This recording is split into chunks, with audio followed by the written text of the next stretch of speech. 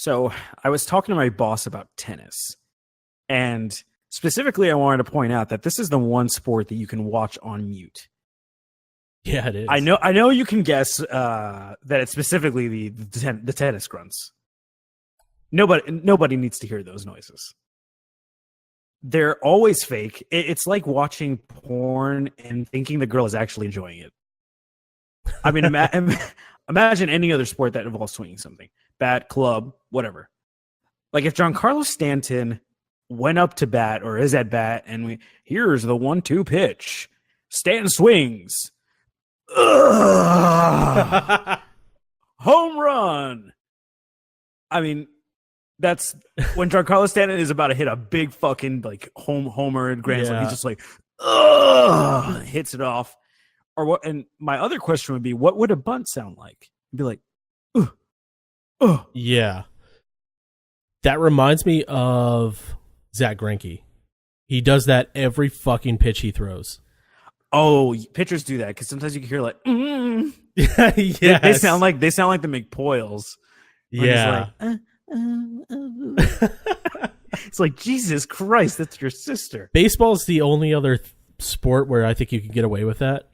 Basketball, if that happened, like the guy pulls up for a 3-pointer, he's just like, oh, he's made fun of forever. Yeah. That's why they would never do that. No, definitely not. Tennis is the one sport where I don't have to hear any commentating. I know exactly what's going on, what the score is.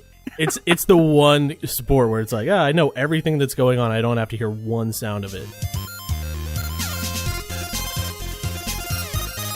Wicked smart, wicked cool, wicked fucking stupid, whatever the fuck. Just something wicked. I'm baking like a toasted cheeser. It's so hot here. My boy's wicked smart. Cause the boy is hotter than hot. He's hot. Are you not entertained? Are you not entertained? What's up, guys? Welcome to another episode of Wicked Hot. Kevin and John, it's summer, and aside from sun-soaked fun, this is also a time where the crazies show up. We are recording on Friday the 13th, and we did not post on the Twitter or Instagram this week, guys, but if we did post a picture, we would post a picture of something related to horror movies, right, Kevin? Yeah, we would have posted something with blood or some type of latex on it. Absolutely.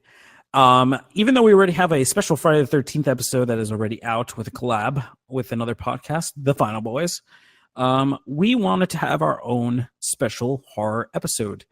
So this week, guys, we are doing a history, or more of like going over how your favorite movie characters, horror characters, were created, as far as the idea of them, as well as how their costumes or signature weapons or whatever have you were created as well within production of the film. Kevin, I'm really excited for this one. Yeah, this is the earliest I've ever got all of my research done, and I was just like, I was seriously sitting down for hours and hours, and I was writing, and I was like, okay, I'll just do a little bit more, and I'll get up. And I ended up sitting there for a couple more hours doing more research. But yeah, I was like super stoked when we talked about doing this episode. We got a lot of good stuff coming up, a lot of interesting stuff. Glad to get back on the new format. And stick around, guys, because we will be covering this in 3, 2, 1, get into it. Godzilla has destroyed the last of our Air Force, sir. We have one final option. Nuclear? Better. Jason Voorhees! He can't be killed!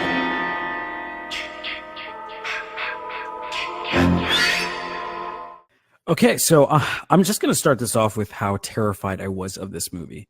And my first pick for character that we want to go over is Chucky from Child's Play. Chucky terrified me as a kid. Really? I could not watch the movies. They terrified me. See, I never even saw a glimpse of the movies. So anytime the preview came on during the Mummy VHS cassette, I would leap behind the couch, or I'd fast forward without looking at the TV. And I know that's a super bitch move, but that doll was scary as fuck. It was. And I was pretty scared of the whole idea up until Bride of Chucky, I think, which is when it got Okay. really tropey, and it was always tropey, but it got like over It became the like top, legit stupid. black comedy. Yeah, it did. It was like that was like the Jason Lives, if to put it back to Friday the 13th. Yeah, yeah, exactly. Okay, good to know. Yeah, so Chucky, he had a very interesting backstory. I got to tell you, I watched this amazing documentary about, or I'm sure not documentary, but more of like special features for the Child's Play DVD, and it was very, very interesting. So the creator and screenwriter is Don Mancini. He basically came up with the idea of what the original title was, and the script, obviously, which was Batteries Not Included. That was the original title of Child's Play. That's actually a really good name. Yeah. So the reason he had to change it, first of all, he changed the script to Blood Buddy because Steven Spielberg was producing a movie that came out in 1987 that was called Batteries Not Included. Oh, that's why it sounds like a good name. It was a Steven Spielberg thing. Yep, exactly. So the original intent of the movie was to be like satire of the toy industry, Oh, which, if you can recall, in the 80s was fucking huge. yeah, with I mean, like you had trolls and, yeah. Transformers, fucking Star Wars figures, Star Trek figures. I mean, Yeah. a lot of stuff. But yeah, but because of that, it basically just became a full-fledged horror movie at this point after like the whole Steven Spielberg thing. There was a extensive amount of rewrites. Yeah, so it ended up turning out to be a horror movie, and Don Mancini actually credits that it's based on the Talkie Tina episode of The Twilight Zone in 1963, which I guess kind of like was one of the pioneers with the killer doll concept. I'm gonna have to watch that. I've been actually rewatching all the Twilight Zone episodes. Twilight Zone? Yeah. From like 60s? From the 60s? Yeah, the black and white ones. They're all Are on they still- Netflix. Are they good? Yeah, so I think I've watched like 2 or 3. The first one is about a guy who's in like this weird experiment in this town, Right. and he's like dreaming and shit. It holds up very well. Really? Like shockingly well. Like obviously all the shit's out of date and their like monitoring of him is just like kind of stupid, but him being so it in doesn't there- hold up at all. Well, the instruments don't hold up, the scientific instruments, but the whole idea behind it and the production of it is still done really well.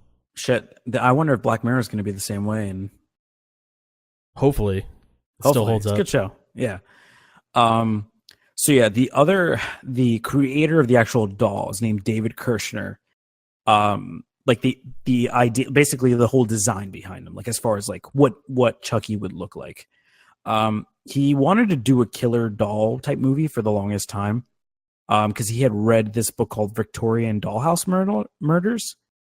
And the ironic thing about this whole thing about David Kirshner is that he was signed by Disney as an illustrator. And the first thing he does is wants to do with them is like a killer doll concept, essentially. What, Disney? Yes. Wow. He was not playing to his audience there. No, he was not. So they actually ended up doing a bunch of different rewrites, which added, and for people that have not seen Child's Play, it basically there's this like killer that possesses a doll essentially, and is sold on like the black market, like in like Yeah. you know, It's a good whatever. guy doll, right? A good guy doll. good guy doll. Yes. Yeah. So, they were supposed to be like this whole blood ritual with the kid, like the child that gets the doll, and he basically like brings him back to life because of like devil worshiping. I don't fucking know, but instead they added where the killer who possesses the body knows voodoo, and he that's how he possesses the Chucky doll. Yeah. So the actual doll itself, though, like the construction of it was all fiberglass skull, multiple mechanisms that control various things, the eyes, eyebrows, cheeks, mouth, basically separate teams that did all of this. Yeah. That was the perfect time to do that shit, because if it had been done now, it would all be CG and it would look terrible. But Yeah, it you still, have it to still go- looks good. Yeah, it was a fully working like puppet which was crazy. Yeah. I think one of the guys had worked for Jim Henson for a while. But yeah, so it was the actual mechanism of it. So just to catch up with everything, like David Kirshner created the doll, drew him. The guy who actually created the mechanism and like the whole, I guess, mechanics behind the Chucky doll is Kevin Yeager. And fun fact, he met his now wife, which is Catherine Hicks, who plays the mom in Child's Play. They both met on set. Oh, nice. Yeah. So I thought that was pretty interesting. And the animatronic itself was pretty advanced for the time. Almost all of the principal shots were animatronic.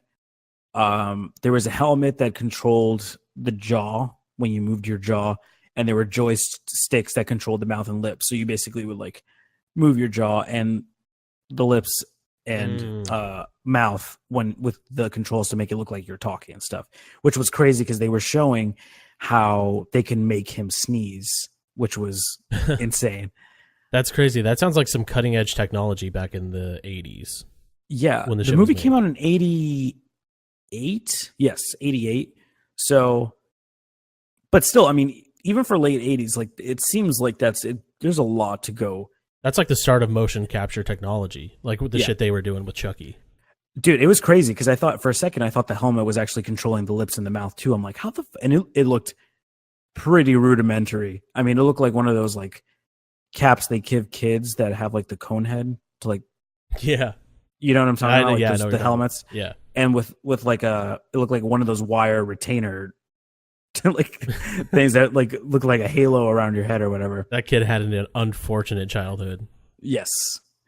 So there were actually a team of 9 puppeteers that controlled the Chucky doll. And interestingly enough, for some scenes, they actually used a little person that they filmed on set when they had to do like more extensive shots of like the doll actually moving like quickly. And they made the entire set 30% larger to give the illusion of the size of the doll. So specifically, one of the more famous scenes is when Chucky is in the fireplace and he gets burnt and he runs out and he's like running out on fire. And that's what the little person did. There's also a pretty signature shot of Chucky walking with like a shadow of him walking, and that also was that actor. Okay, that makes sense. I remember that scene. And thinking back on it, that would have been really hard to shoot practically. So yeah, that makes and sense. Do you think they had like digital like CG removal back then? They did For like wires. It wouldn't have No. looked as fluid though. That's the thing. It would have looked. It would have looked horrible. Yeah, And I don't think they I don't think they really had that type of CG technology back then. Not till the early 90s did they have that stuff. okay, fair enough. But yeah, that's kind of like the whole story behind Chucky. I mean, he came basically from like a script that no one was going to buy. For someone that had it was like all coincidence. Someone who had just read a book about like doll murders, and then like working for Disney, and everything just kind of came together. And then like the whole idea of like we need to have like an animatronic that looks as good as it does. And now we have, I mean, albeit it's a shitty franchise, but I mean, it's still iconic. Yeah, definitely. Again, it's one of the movies that I watched as a kid and hated to love it and love to hate it because it scared the shit out of me. But it was the only horror movie back then that actually really scared me. Yeah, I'll agree with that. And I want to see it now after seeing that documentary. I'm like, fuck, that looks like good. That's like very innovative. Yeah. And also after like seeing it, and you know, obviously I'm a grown ass man. I shouldn't still be afraid of looking at a doll that's Yeah. fake walk around. Brad Dourif, who does the voice for Chucky, which for people that don't know, and they probably won't know this reference either because only I would know this reference.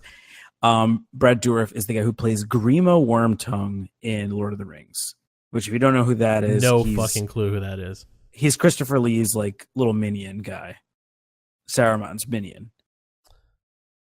Oh, okay. Oh, Yeah. okay. Yeah. Yep, that's the voice of Chucky. Wait, is that the guy that is in Rohan, Yes. like corrupting the? Yeah. Okay. Okay. Yep. Ah, now So- it makes sense. I just Yeah. watched those movies like 2 weeks ago, so I should know that. But Wait, for the first time? no, like Oh, for okay. the 50th time. Okay. Whew. Whew. Okay. So yours was a puppet. Yours was a doll. Mine is a kind of a doll. More Yeah, like a you're like on puppet. my level of transitioning right now. It's the worst transition in the history of Yeah, the the worst world. transitionings is my level. Yours was a doll. Yours was an inanimate object. So is mine. Yes. Yours was a horror movie. Mine is also a horror movie. And I am so poorly talking about Billy the Puppet, which I didn't even know was the puppet's name from Saw. I thought the puppet's name was Saw for the longest time. That's what I thought the puppet's name was also Jigsaw. I didn't know. That's what I thought.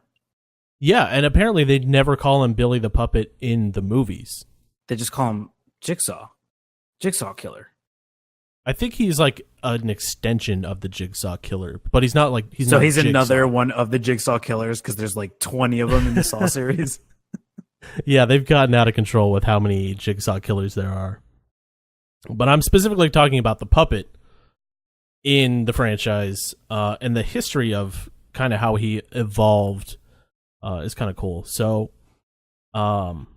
James Wan directed Saw, and the budget was so low for the movie that he couldn't pay an artist to make the puppet, and he wanted it to be a very specific way. So he made it himself out of paper mache. He used paper towel tubes as the skeleton for the puppet, and it was pretty much just paper mache. He used black. I was gonna say when you say this stuff, I'm like, yeah, that makes sense. Yeah, that makes sense. Yeah, that makes sense. Like now I can only see that is just shitty because the way it rides the bike is very like poorly. It is, especially in that first movie. Yeah, I know it's done intentionally, but all the materials you're saying, I'm like, yeah, that all of this is just it's all like coming together. Like Yeah, there's no doubt in my mind at this point. paper mache, paper towel tubes, and black ping pong balls. I don't even know where the fuck you buy those. Those aren't I would available assume you anywhere. just paint those. Well, it specifically said black ping pong balls. It didn't say ping pong balls painted black. So I'm taking it literally that they got. Oh, black you're ping taking it. pong I was balls. gonna say I don't know if they really need to be that detailed, but I guess you're into that. So. Yeah, I want to know every little detail. What star rating was the ping pong balls? So they used Was it Bear or Sherman Williams? and they used a cheap wig that James Wan found. So that was And you even go to the party store. That thing's like $5. budget's only $100,000. Fuck it. I'm not putting my own money in this bullshit. During the movie, they actually never called it Billy the Puppet like we talked about. It was actually James Wan that like coined the name Billy the Puppet, just to make it that much more creepy, because there was some instances where the doll was in very awkward spots that people were scared of. So James Like Wan, what spots? What do you mean? he would hide it. James Wan would hide it in like cabinets and shit, and like when people tried to open them, the doll would just be sitting there, and it'd be like they'd get scared. So we've learned one thing: James Wan is an asshole. James Wan is an asshole or a prankster, probably both. So that was Saw 1, Billy the Puppet. Saw 2, Billy the Puppet. They used the same puppet from Saw 1, even though they had millions of dollars budget now. They used the same doll and just added some mechanical features, a remote control, and a jaw that unhinged.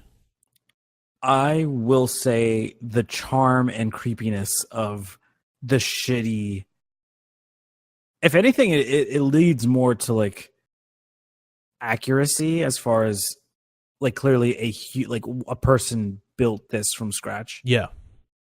Instead of this is like a legitimate animatronic.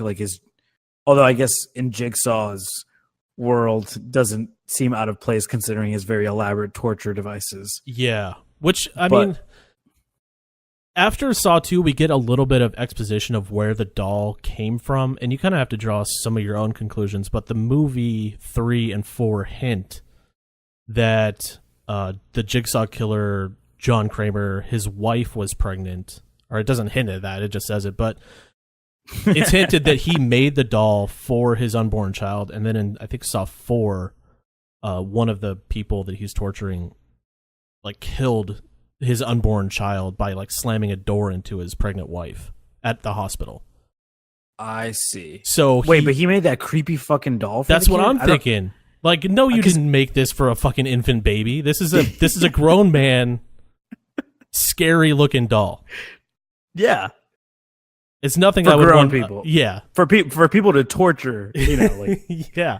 if someone made that, you're like, oh, you're clearly gonna house some people in a warehouse and have that thing just around. yeah. Now, You know like, what? oh, that's a great doll for your son. So my Kathy's brother's wife just had a baby, and I feel like I need to get a replica of Billy the puppet and For give the it kid. to him and see how they react to that. Yeah. Yeah, it's like, well, fucking John Kramer was doing it. Why can't I? Especially the other little kids that live there. There's an 8-year-old and a 5-year-old, so they're gonna love that gift. Oh, 100%. Yes. So that's kind of how we kind of get the reasoning of why the puppet's there, but I just have a hard time believing that he made it for his kid. Unless it was like a blank canvas and then the child died and he's like, all right, now I'm going to make this thing scary as Yeah. fuck. Like that was the tipping point. That was when he's like, "Get me some black ping pong balls." Yeah, it was on the track to be Pinocchio and then went straight in the other direction. Yeah. So Although honestly, whatever he was making with that was going to look creepy no matter what. yeah, it was Like there was no turning back. at white that ping point. pong balls, blue eyes, a nice hairdo wig. That thing still looks like it's gonna kill everybody. Yeah, it doesn't need to have the spiral eye, or Yeah. cheeks, and red eyes. Yeah, you really went overboard with that. Yeah. So in Saw 3, the prop crew was given the same doll, and they finally were like, okay, we need a new doll, so fuck this doll. But it kind of blows my mind that after Saw 1 and Saw 2 had such a big budget, Saw 3 had an even bigger budget, and they were still planning on using that shitty doll. Fuck. I can't even remember the movies. Does the doll eventually become like a CGI thing that's like moving around and dancing and No, it's always a doll, and I'll get into like how they made it move and all that shit Okay. later. Okay. So for Saw 3, they created a basically a skeleton from using water jet cut foam, which is Okay. like hard foam cut with a water jet. I guess based on the traps, the more ridiculous they got, the more like ridiculous the puppet's construction was made of. Yeah, exactly. So they It used matched the traps. Yeah, they used the water cut foam for a skeleton, and they used fiberglass for his body. And they also equipped him with a bunch of animatronics and magnets to make him ride the trike. Oh, right. So 'cause I that's how think you this get is that. when None of they that's actually Yeah, none of that's animatronic. It's just like the powered trike and then magnets holding him onto it. Interesting. So it looks like he's pedaling. Yeah, really, it's a really cool scene, even though the movie sucks. But Yeah. Yeah. I mean, I think it got horrible after 1, honestly. I thought 2 was decent. 3 was. I mean, don't get me bad. wrong. I was obsessed with the crazy timeline of it. So that's Saw 3. Saw 4, pretty much the same thing. Water cut foam.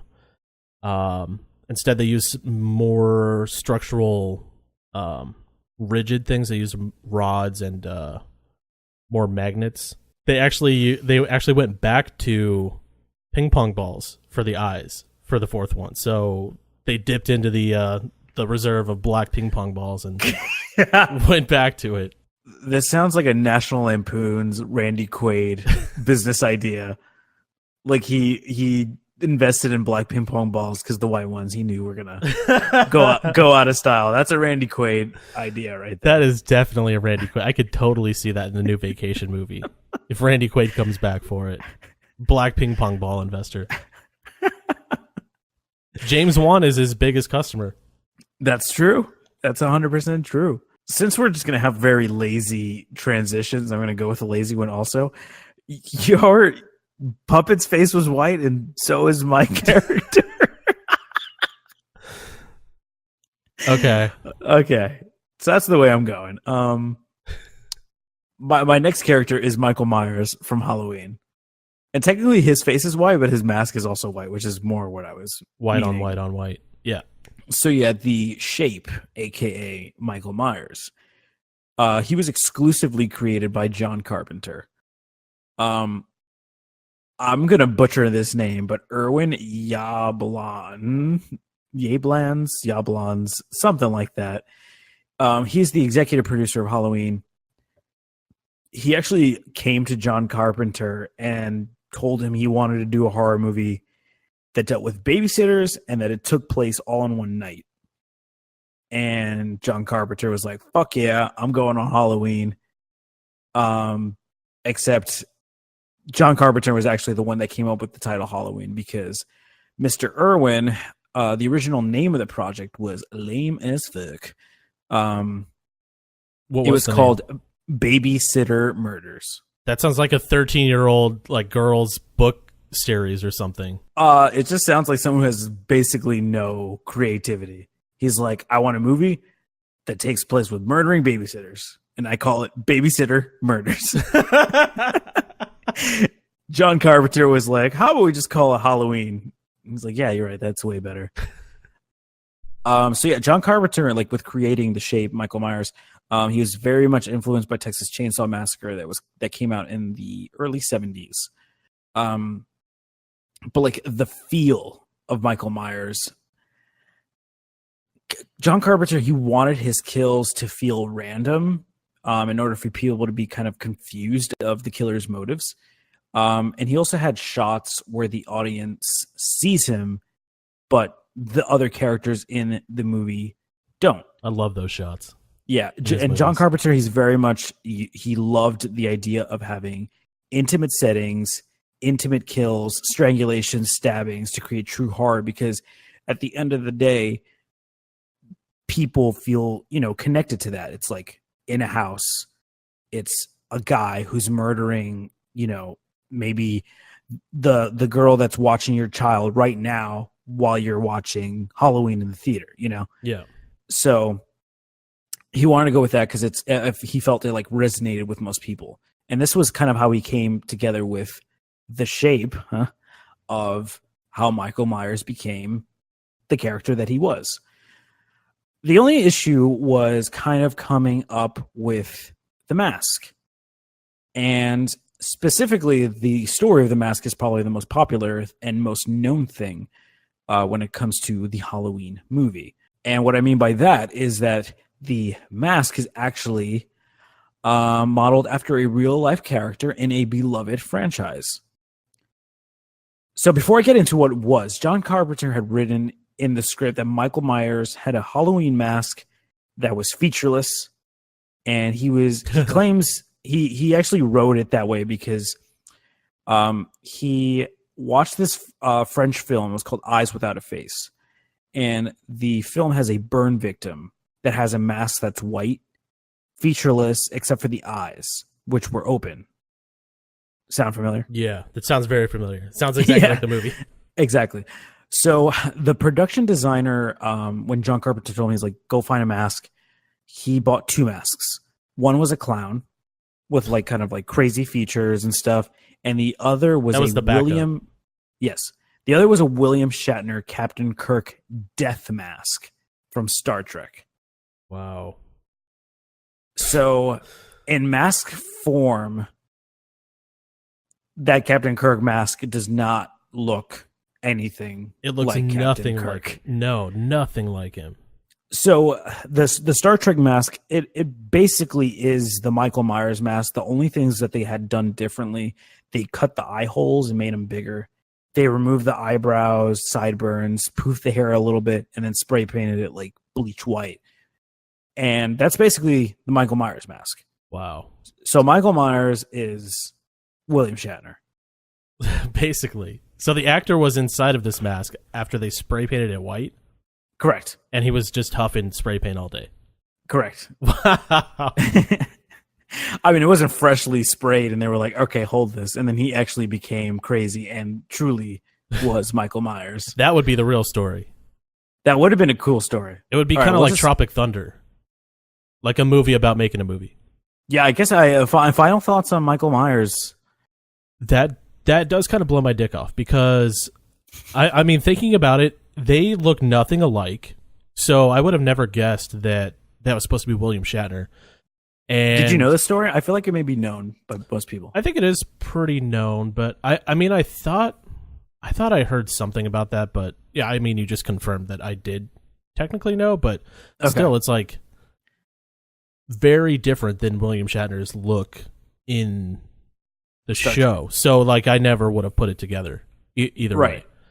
And the way they made him look in the movie, very menacing, like expressionless, kind of like don't give a fuck. More menacing, in my opinion, than Jason. Yeah, I'll agree. Like, the face looks like I'm going to stab the shit out of you. That's I'm It going to does. stab the shit out of you face. Yeah, yeah. It really is. Because Jason Voorhees, I always think of just the mask and like just the old school like NHL 98 or something like that. Yeah. I don't think like, oh, that's Jason Voorhees. I mean, that's not true, but Jason Voorhees is like a caricature and Michael Myers is A I'm a stab- dead-eyed, I'm a stab you. dead-eyed motherfucker. the worst part is even though his eye holes are like way bigger, they're just black. Yeah. Black ping pong balls. Yep. Maybe he's got a black ski mask with no holes. It's like a black polyester ski mask. It probably is. Or they just painted his eyes like they do with Batman. Ooh, you know what it could be? It could be the black, like, you know, the socks that are free that you could use to try on at the shoe shoes? store. Yeah. It's like the really shitty, like, Isn't that basically pantyhose? it's like a pantyhose. Yeah. He's got black pantyhose on his head. I could see that. That makes sense because the movie's really dark. You don't It need that is. much darkness to make it blacked out. True. Very true. But I'm still Yeah, I'm a going. fan. I'm still going with black ping pong balls for the eyes. Dude, I got to say, John Carpenter is a fucking genius. He really is. And he does his own music, which I think is awesome too. So, John, your guy had a white face. My guy has a somewhat white face, but also has black in it. And I'm talking about Ghostface from Scream. That's an all white face. It's white. No, it's black eyes, black mouth. Yeah, but that's like the interior. White His face face. is white. That's like saying That's- your eyes are blue. Your face isn't blue. That's true. You have a white face. I with hate blue that you're eyes. right about this, but I have to concede that you are right. His Okay. face is white. So there's 3 white faces thus far in the podcast. In case anyone wants to do a white face count. So we've established that it's a white face with black accents. So it's Yes. clear white face. So yeah, bring the counter up to 3 white faces. A very racially non-inclusive episode from us. The producer of the movie was doing some location scouting for a scene they were going to have at the end of the movie with a party in an abandoned house. And while she was scouting, she found this mask on the ground. And this is actually the Oh mask. shit. This is the mask that Oh, you shit. see in the movie. And I don't know about you, but if I find a fucking Halloween mask in a abandoned house, I might shit think my that- pants a little bit. Yeah. I'm not like, fuck yeah. Yeah. No, I'm shitting my pants a lot. Yeah. If I saw that, I would leave immediately. If there's 'Cause a- now, Ghostface is definitely a killer now. Yeah. And behind like every missing Halloween mask, there's somebody looking for it that's trying to kill people. Yes. So 100%. I would have Also, got the kind fuck of- out of there. Kind of shout out to how licensing, whoever made that mask originally, just got fucked in the ass about that one. Yeah. So actually, technically not. So Oh, they interesting. found the company that produces this mask. The company is called Fun World, and the name of the mask was the Peanut-Eyed Ghost. I mean, this is what you would expect at this point in Wicked Odd, but I thought you were going to say with the penis face ghost. I don't know why. I mean, his chin is very long, and he's got like round eyes that look like balls. Yeah, penis. It's like an upside down mouth. penis. Yeah, it is. It really is. So, speaking of upside down penis, she brought this to Wes Craven, who was like, I fucking love this. He loved it. So, they reached out to Fun World for the rights to the mask. And Fun World was like, yeah, sure, you can use it for a shitload of money. Fuck. So they weren't fucking around. Yeah, they weren't. They were like, if you want to use our mask. And the sales of this mask were awful before the movie. Really? Yeah. Who would have fucking thought that? Holy yeah, shit. yeah, because it was just like some bitch mask, the peanut-eyed ghost. Like, that's, You're like devil mask, creature from the Black Lagoon, Dracula, peanut-eyed ghost. Not, spoiler alert, not going for peanut-eyed ghost. yeah, exactly. No kids are going for that either. They battled it out with the company, and Wes Craven actually went with a different design. And when the company Fun World got wind of this whole situation, they were like, whoa, wait a minute, hold the phone, you can use our mask. And that's the mask that you see in the movie, the ghost, the peanut, Jesus Christ. The peanut popcorn pretzels. the eyed face fucking black ping pong ball ghost. No, they went with the peanut-eyed ghost mask. That's a fucking mouthful for me. That's just a title issue. I honestly think it was a title issue. If they changed the name, they might have more sales. Yeah, so Like, who says I'm the peanut-eyed ghost for Halloween? like they open the door, trick or treat. Oh, what are you? And he's like, I'm the peanut-eyed ghost. Don't you know who I am? Don't you know me? And they're like, no. And then Scream comes Ghostface is out. way. If they called it Ghostface, that would have been a seller. Yeah, it's a ghost mask. It's even in the title, Peanut-Eyed Ghost. Like, just call it Ghostface. So this producer that found the mask actually had another hand in the costume. And when they had the mask, they had the idea of making the ghost white, because obviously ghosts are white. Or not obviously, I mean, that's racist. So the same producer actually suggested that they make a black costume, and that's what they went with, because it was a For little the more, contrast. yeah, it was a little more menacing to see a completely black figure like a shadow, and then a The ghost, white mask. a peanut-eyed ghost face. Yeah, if it was white on white, that would have looked stupid as fuck. Because it would just It look would like have. the really dumb, like, I'm wearing a sheet, I'm a ghost, or Yeah. a KKK member nowadays. KKK, yeah, because it does have a hood. That's that, scary. That's scary. Yeah, I mean, if I see a KKK member out on the street, I'm like, he's got balls right now. how to be doing often that? do you see that? I've never seen that in my life. No, I'm not saying. I'm saying if I did see it, Oh, okay. I'd be concerned because I'm like, no one is that. So if you put it in black, it's just a little more less. the It's a wizards little black? less noticeable. Don't the wizards have black uniforms? Cloaks? No, I'm sorry, they don't. it is called a wizard. How could I forget? Gray, brown. I mean, I guess they could have black, but it's not synonymous like you think it is. Yeah, I'm like, it kind of goes against their whole thing. Yeah. So then, what did the peanut-eyed ghost masks company get in return? Nothing. It didn't say, but clearly they changed the name to Ghostface because that's what it was called in the movie. So does the same company still manufacture that same? Yes, Face. they do. So every But time now it's branded as the Scream mask. it is the Scream mask, but on the packaging it does say Ghostface. But it's Did from they the same make- company. Did they make the one with the blood pump? Yeah. That was They- a fun They've one. made every Ghostface mask, but you always see the fucking off-brand. Oh, obviously, yeah. I get. What if the new off-brand stuff is called Peanut-Eyed Ghost? Like This is gonna be a the whole challenge. Oreo thing. Yeah, this is going to be a challenge.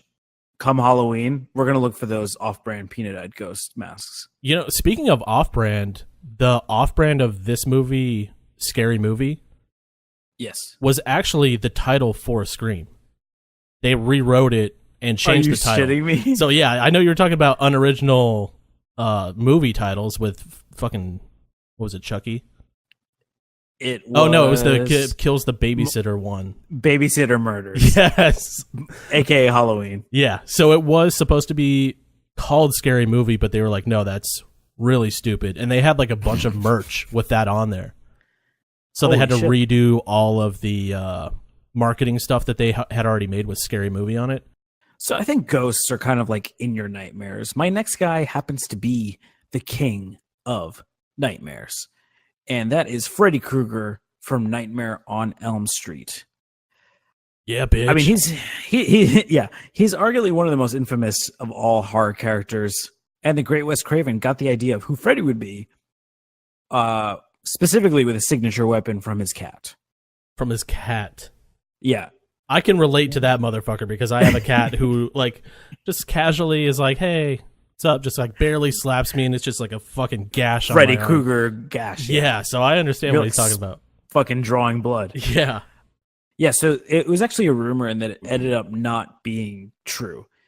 So Wes Craven basically had to come up with an idea of a specific tool in which his killer would kill. Because at the time, especially during the 80s, like every slasher movie had a signature tool or instrument on Yeah. how they made kills. Like Halloween was the knife, the Texas Jason Chainsaw was Massacre. Yeah, Yeah. Jason was the machete. Yeah. Yeah. Or the spear gun. A spear. He Spear was gun, big yeah. in his Yeah. spears. Anything that had to do with spears. So yeah, Wes Craven actually he wanted to bring it back to the primal time in human history where like man would fight a beast with sharp teeth and claws. So that's why I say it's kind of like a half truth. Because I mean, at this time, I mean, you're going after like bears, fucking like saber-toothed cats, shit like that. But when it came to it, like Wes Craven in an interview, he specifically thought of bears because bears with their claws, they basically like reach into like holes and around things for their prey, and they kind of like pull them out with like their claws. So he kind of came up with a hybrid of putting those specific claws, but on a human hand, which comes the glove with the knives on it. Is there a pig involved in this at all? I'm just thinking man, bear, pig. No, no. There's There's not. man, there's bear. There has got to be a pig involved in this. Al Gore is not in this, I promise you. So back in October of 2014, this was basically my gold mine of research right here. Wes Craven dropped a bunch of interesting tidbits about Freddy and Nightmare on Elm Street on Twitter. All of this stuff was on his Twitter page. Nice. He is now deceased, but this was on his Twitter. Okay, I forgot about that. Yeah. So he actually claimed that the appearance of Freddy was inspired by a man who supposedly stared at him through a window one night. Jesus Christ. That's creepy as fuck. That's the darkest thing I've ever heard for a character. Yeah. I mean, it's terrifying in itself that someone looks like Freddy Krueger and was staring at you in the window. And I'm thinking, like, was God. Wes Craven actually in the dream world? Maybe. And he was haunted by Freddy. It's like a And documentary. that's how Freddy gained powered. Yeah. So maybe Wes Craven's New Nightmare wasn't meta at all. It actually was a true story. Or it was just super meta. So meta that it even knows that it's meta. That's true. They just hired Freddy. Like, Freddy's about to kill Wes Craven. He's like, actually, you can be in my movies. We'll just make it New Nightmare. He's like, oh, okay, I'm good with that. Yeah. People I gotta pay won't some forget rent. the name Freddy. Yeah. So he actually did reveal though that the final inspiration for Freddy's burnt face, funny enough, it actually came from the makeup artist David Miller, who is eating and playing with pepperoni pizza. Which is funny because I always thought Freddy's face looked like pizza face. That's what I always say is like pizza face. Yeah. Or someone with bad acne. I always thought it was like somebody threw spaghetti at his face and it stuck to it. Spaghetti meatballs, right? Yeah, Like the underside is like the spaghetti's on top, meatballs on the bottom. exactly. Like Which is a weird combo. reverse thing of how it should be. Yeah. So, so it actually, so pepperoni pizza was kind of like how he got the full face. So an interesting thing about Freddy's finger blades is that they actually were legitimate blades and they were not rubber stand-ins or shitty Wolverine origin CGI, which thank God for that. Thank God they didn't have CGI back then. Yeah. But yeah, they're legitimately 100% sharp objects. And Wes Craven said that the first time Robert Englund put on the gloves, he ended up cutting himself. Did they have to sharpen them? If they're going to be real metal, like, just make them blunt. Nobody's going to see the fucking razor edge on these things. Yeah, because I'm thinking even if they were like dull, like you could still get cut on like a dull, like rusty blade.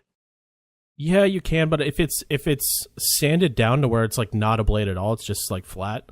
The gloves and the knives in the movie aren't ever like front and center in the scene. So, yeah. And which you could have used a stand-in for, but the fact that he's just walking around with these fucking katanas on his fingers, these mini katanas, it's like, Jesus. And he like just a movie. touches Calm kids down. and stuff. Yeah. I mean, in the movie and like figuratively and literally. Yeah. Because he is a pedophile. Yeah, and he's got to be rough. Like, he's rough in the movie. Yeah. And that there must have been something. There's no way. I think maybe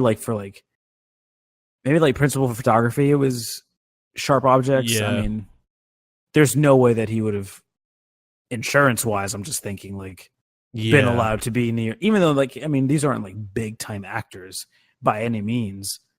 I mean, Robert Englund, I guess Johnny Depp is now, but he wasn't back then. But still, like, True. As far as insurance is concerned, or maybe they didn't give a fuck, honestly. Because I remember when I was reading up on Friday the 13th and Jason stuff, a lot of the actors were doing their own stunts because they just didn't have the budget for it, especially 80s slasher films. Yeah. No, that makes sense. It makes sense, but again, it's like, why do it if you don't have to? Well, yeah, I mean, they were blades. Robert Englund got cut, and now when it comes to like Freddy and like the dream world, like Wes Craven said, dream sequences within Nightmare on Elm Street were influenced by Roman Polanski movies, specifically The Tenant and Repulsion.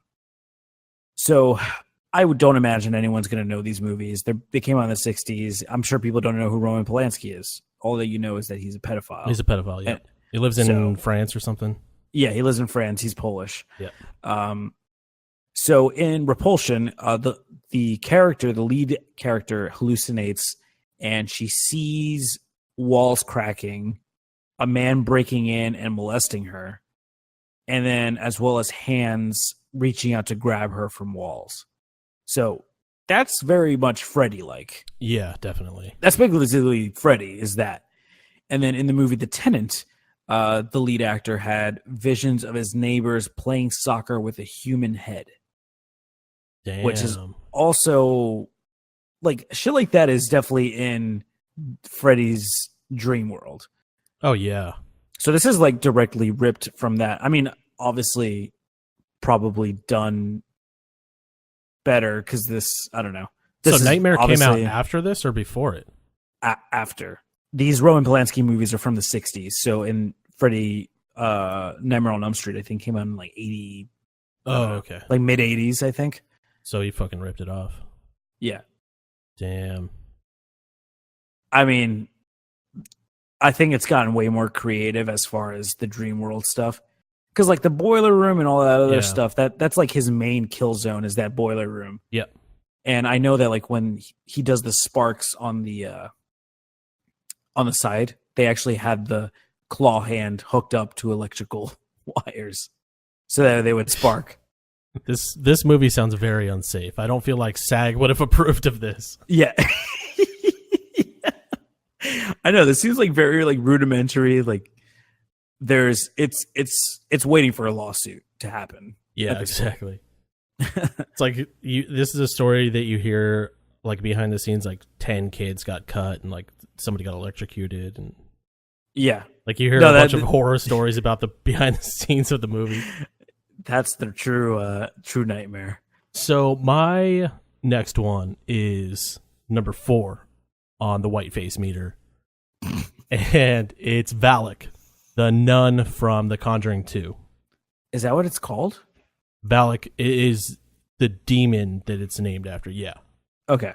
So according to the Demon Conjurer's Guide, the Lesser Key of Solomon, which is like some 17th century grimoire book about demon culture and all this shit. It's kind Okay. of creepy to read about, but Yeah, don't give me too many nightmares. yeah, Valak is the great president of hell.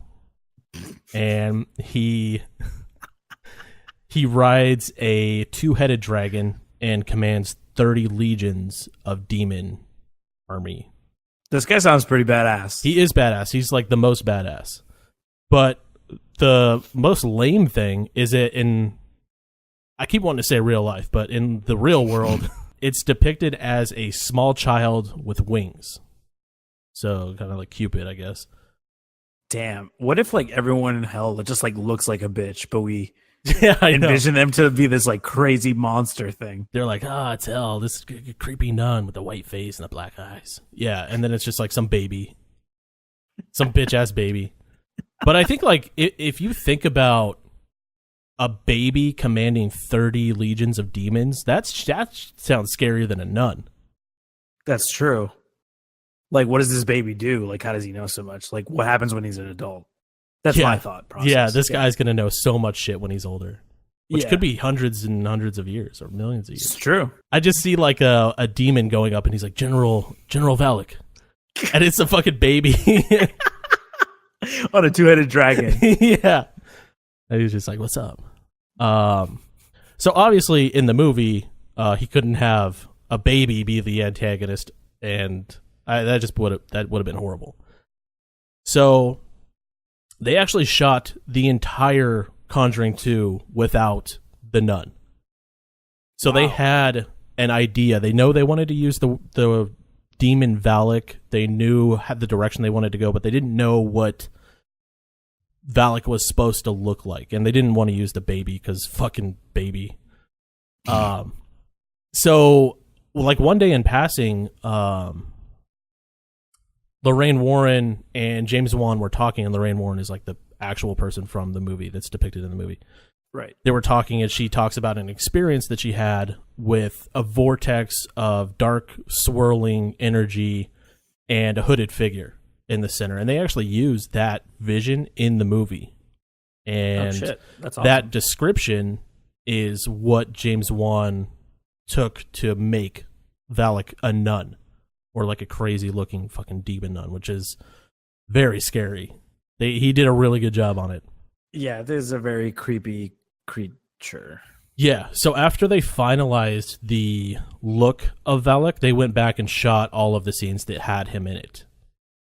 So the nun was added in post. The nun was added in reshoots. So they reshot, or didn't okay. reshoot, but it was like a... Because it is practical, correct? It is, yeah. It's a costume. It's a real person in a costume, and every scene that he's in, which is like throughout the movie, every little scene that he's in, they went back and reshot it. So why specifically did they want to use a nun for Valak? When Lorraine Warren was telling James Wan about the vortex of darkness that she saw, he was picturing it in his mind, and he could picture, or what he pictured was a crazy fucking nun. And honestly, it's really fucking scary. It's a great costume. So the reason that he used Valak, or wanted Valak in the movie, was to basically make a correlation between the infield incident, which is what Conjuring 2 is based off of, and the Amityville house, which they didn't own the rights to, so they couldn't mention Amityville or anything like that. They just kind of mentioned a house that's haunted, and you're just kind of supposed to assume that it's Amityville. Okay. And at the beginning of the movie, she sees Valak in one of the rooms or something, and then that's kind of how you draw the correlation. Eventually, she sees the nun in the infield house too. Okay. So it's kind of following her around. But if you think about it, like, the nun is in shots from the very beginning of the movie to the very end of the movie. So having to reshoot or like shoot those scenes with the nun in there, it's like they had to reshoot so much shit because they didn't have this shit figured out. That's literally like the whole movie almost. Yeah. Every time you see the demon, it's the nun, and it's very frequent in the movie. All right, Kevin. Well, there were a lot of white faces in this. I like how that's the running joke. And honestly, I'm going to end it with mine, with a white face. And that is the character of Samara Morgan in The Ring, which I'm wearing a Ring t-shirt right now. Oh, nice. I didn't even notice that. Oh, it's a Yeah. cupcake. Oh, it's the cupcake shirts that you wear. Yeah, as Yeah. seen on TV. Yeah, as seen on TV. That's a funny fucking shirt. I didn't even see that. yeah, that was my. I was like, screw it. I'm going to talk about The Ring today. I'm going to wear my Ring shirt. Nice. So, the irony is that Samara Morgan is well, I guess maybe not the most. It's the most recent of my movies, and yet she has the most dated killing trope, which, as people who know, is using VHS tapes to then kill people 7 days later. And actually, it's funny. Before I get into The Ring, I just want to talk about real quick this Robot Chicken video where basically there's a council of monsters that are trying to find ways to scare people, and Samara talks about her videos, and everyone kind of laughs at her, and then she starts trying to be like essentially a vlogger on the internet where she's consistently trolled because her videos suck, and they're like, oh, this is old, like what is this? So pretty hilarious. That's if very you haven't seen clever. it. So Samara's character is actually based on the Japanese equivalent, which was in the Japanese movie Ring. So that movie is actually based on a novel, which was created by Koji Suzuki in the novel Ring, aka Ringu, which is not the way I would have thought Ring was in Japanese. Yeah, That's like it's saying oddly like, similar. right. That's like when you're like pretending to speak Spanish and you just add an O Yeah. at the end of the word you're saying. Ringo. Yeah. That's the Mexican one. Yeah, who would have thought that you it's you add the O at the end for Spanish for ignorant people, and then for ignorant people when it comes to Japanese, you just add a U at the end, and it's an immediately a Japanese word. Yeah, but this is actually true. So That is true. I'm conflicted internally about this. Yeah, that's true. So Koji Suzuki, he actually got the basis of the character Sadako, which is Samara, for the United States version of The Ring. It's actually loosely based on a Japanese keidan, also known as a ghost story in Japanese, and the ghost story is Bancho Sarayashiki. So the ghost story arose in Western Japan in Himeji Castle, where there was a servant to a samurai. Back when they had her- TVs and that bitch used to crawl out of them. Yeah. She was a servant to a samurai, and her name was Okiku. So Okiku died in a well outside of the castle, Bummer. which is basically The Ring. Yeah. So long story short, the samurai wanted to leave his wife and be with her, and if she didn't agree, he would blame her for theft and she would be executed. Damn, what a dick. Yeah, so needless to say, she was not a fan of this guy, but he was like, I like you, I'm going to leave my wife, and you're going to be my wife, and you have no say in it, because I'll just blame that you stole one of my stole one of my plates. That's what he was going to blame. She stole one of his golden plates. Wow. So Okiku still refused to be with him, and the samurai basically kills her and throws her down a well. So Samara's character was inspired by Okiku, but more specifically when it came to the fact that after she died in the well, Okiku crawled out of the well and would haunt the samurai guy who murdered her each night. So what's interesting is that Samara's look, black hair let down, long white dress, is a depiction of people who die under unusual circumstances, specifically in Japan. Oh, wow. So those ghosts are known as yurei or yurei, which basically means dim spirit or faint soul. And in Japan, these women were normally buried in white dresses and their hair was let down. So, Damn. yeah, I mean, as far as the videotapes and stuff, it was just like a trope that they added. Yeah, so the whole videotape thing, that was actually taken from the book, because at the time, I think the book was written like in the late 90s or mid to late 90s, and obviously the movie is still from the early 2000s. Yeah. So that, was just because it was relevant for the time. But for the most part, I mean, the story is, girl gets thrown down a well, she comes back to haunt people, kills them. That's pretty awesome. Do they ever talk about in the origin story about how fucking crazy she moves? And how she basically breaks her fucking back to walk backwards? They do not. What I saw from like different, because, Japanese art back in like samurai times was very, it had like a specific look to it, right? Yeah.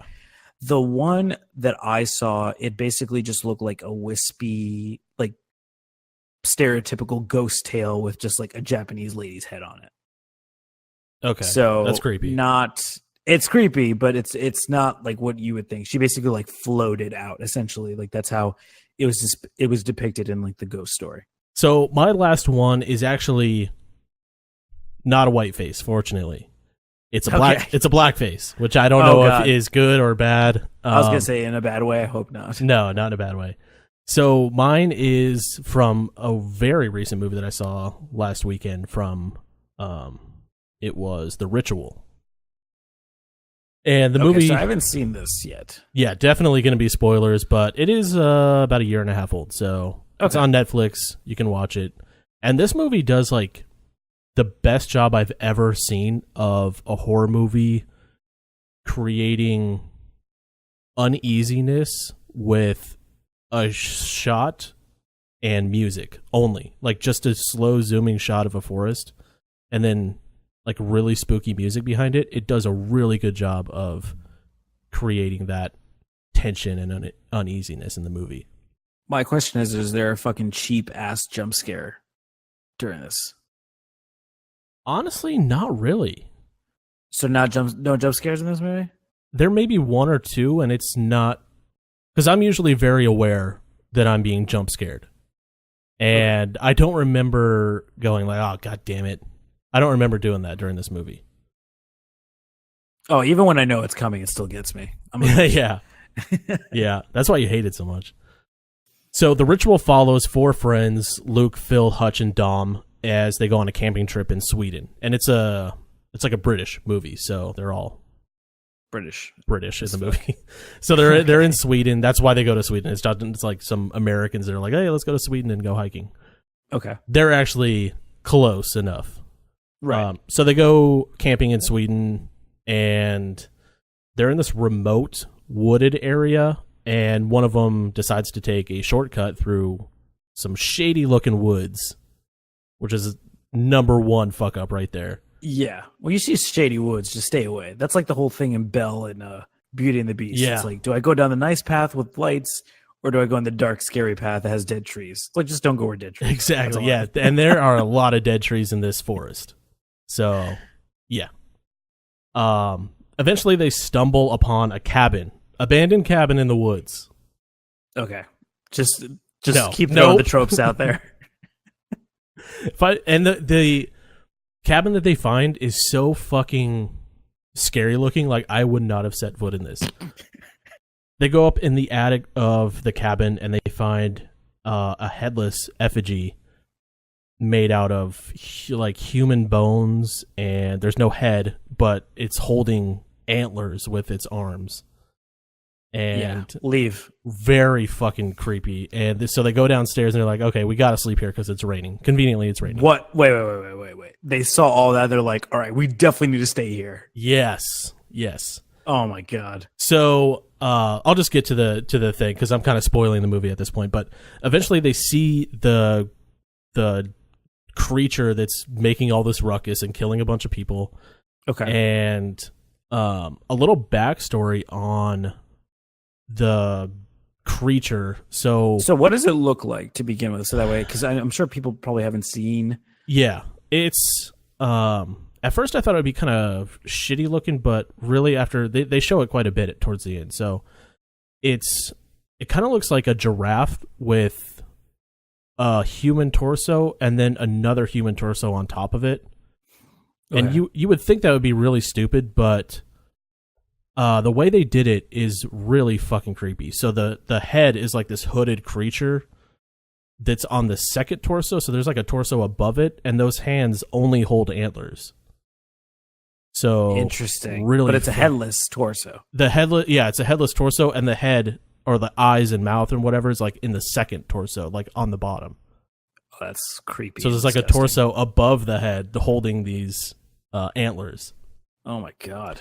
And the creature is actually based off of a Scandinavian folklore where this creature lived in these woods, and the people in the woods were burdened by emotional pain, and this creature would come and grant them an escape, but they had to bow to him and worship them for the rest of their lives and completely submit to this thing. And then once they died, they would go into this heaven-like place and be able to do whatever they want. This guy doesn't seem bad though. But yeah, like, but in the folklore, he just like kills random people, and he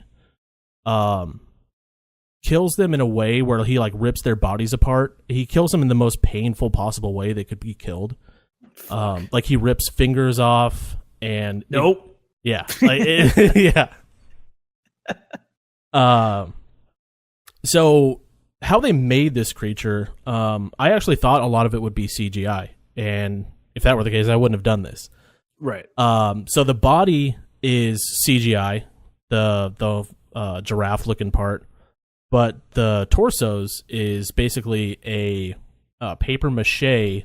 Again, going back to the paper mache. God, paper mache. It was a To paper fifth mache grade techniques. Yeah, it was like a paper mache torso, and then it had an actual actor inside of the face-looking part of it, and that person actually used their arms. And then they that's had pretty cool. like a prosthetic on top of them, like another torso, and they had animatronic arms holding the antlers. So the whole, like pretty much everything you see other than the back of the animal is practical, which I thought was awesome because I thought it was CGI when I saw it. Like really well done CGI. I gotta say, you're convincing me. I definitely want to see this now. I thought it was awesome. It was an for awesome the creature horror movie. itself. Yeah. Sweet. I'll have to check it out. And I'm a big fan of awesome scenery, and taking away the fact that the forest is haunted as fuck. Awesome scenery. Yeah. It's almost it seems like an updated version of Blair Witch where it's not bullshit and you can actually see stuff. Yeah. And that makes me very happy because I was like halfway through the movie and they hadn't showed it yet, and I was like, fuck this movie. And then the last half delivers because they show it quite a bit. Okay, awesome. Well then, yeah, it sounds like Blair Witch, but with like an actual good fucking ending. But I guess before we close things up, Kevin, I want to ask you one last question. Shoot. Who would you rather go up against? Ghost, alien, or demon? And I want to make sure, demons are very much separate than ghosts. Ghosts are ghosts. Yeah, I want people to know our history with demons, and we've talked about this before. I don't fuck with demons. Nope. Give me anything, and I'll fuck with it. Aliens, anything. No demons. Honestly, ghosts too, because how do you kill a ghost? It's not known how you kill a ghost. I know. You just, I don't know. At least with aliens, you can try bullets. Like, what are you going to try a bullet on? A fucking ghost or a demon? No, you're not. No, I feel like maybe thing is ghosts don't possess people because ghosts that possess people are demons. They don't possess So you, but they could fuck least- with you. They could fuck with you. But you can leave. I feel like the like ghosts kind of stay in one place. Demons follow you. I don't know if that's like That's true. I don't know. I don't know if that if what ghosts kind of have free logic there- reign. You know, I don't know if it's an open world ghost game for them, or if they're stuck in a house. Yeah. All right. Do you want to make it that they're stuck in a house? Okay, yeah, stuck in a All right. house. Well, then this has become a no-brainer, as all our questions become. It's clearly demon, because fuck off with demons. Yeah, don't fuck with demons. Don't fuck with ghosts. Aliens. I guess it's which would you rather fight, right? Yeah, which would you rather go up against? Alien. For me, it's Alien. For Because me, you're it's- stuck in the house. Yeah, you're stuck in the house. And ghosts, you can't see them until they want to be seen. And for the most part, ghosts don't look pleasant looking, at least. Yeah, but you got to think with ghosts, you can't have nice things around. They're gonna fuck all your shit up. But ghosts can also, because I didn't say it was a malevolent ghost, although I was definitely insinuating that. Oh, so it's just a fucking chill ghost who wants to hang out and play Xbox with you? I cast for the ghost. Yeah, ghosts definitely are trouble. Ghosts are trouble. Demons are fucking nope for me. And aliens. Well, demons always want to kill you. Ghosts, I feel like could be aliens reasoned do with. too. You Yeah, I can feel like- reason with ghosts. I feel like you could reason with ghosts. They always want something.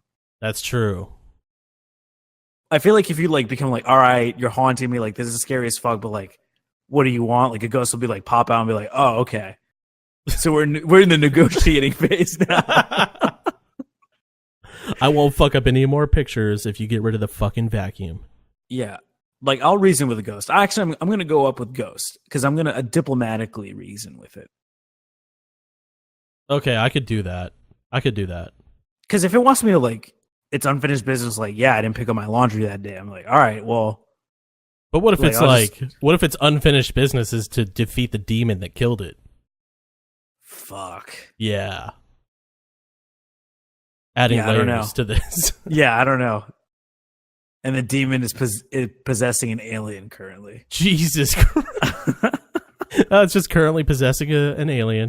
A xenomorph. I'd be like, all right, I'm gonna kill myself and I'll be a ghost too. We'll both fucking haunt the next son of a bitch that tries to do this impossible task, a demon possessed xenomorph. Yeah, well, aside from your stupid fucking what if, I'm gonna go with ghost and reason with it. I'm going to go with alien still because I feel like bullets can kill it. And I don't reason with ghosts. This is my one It's like rule. you don't negotiate with terrorists. That's why I don't reason. reason with ghosts. Okay, cool, guys. Well, thank you so much for checking us out and for sticking with us. If you could please go ahead and leave us a 5-star review. Not even a review, just a 5-star rating on iTunes. Super easy. Go ahead and do it. And of course, if you want to follow all your Wicked Hot status updates and news, give the show a follow on Twitter and Instagram, as well as Facebook at Wicked Hot Talk, as well as our respective Twitter and Instagram handles, in case you want to know what we're up to. And in case you're switching your phone from an Apple to a lame Android, you can definitely check us out on anywhere where podcasts can be found. And of course, if you don't like the podcast app, you can find us on Stitcher, Google Play, and of course, we are also on YouTube for audio version. We hope to see you guys again next Monday for another episode of Wicked Hot. Bye, everybody.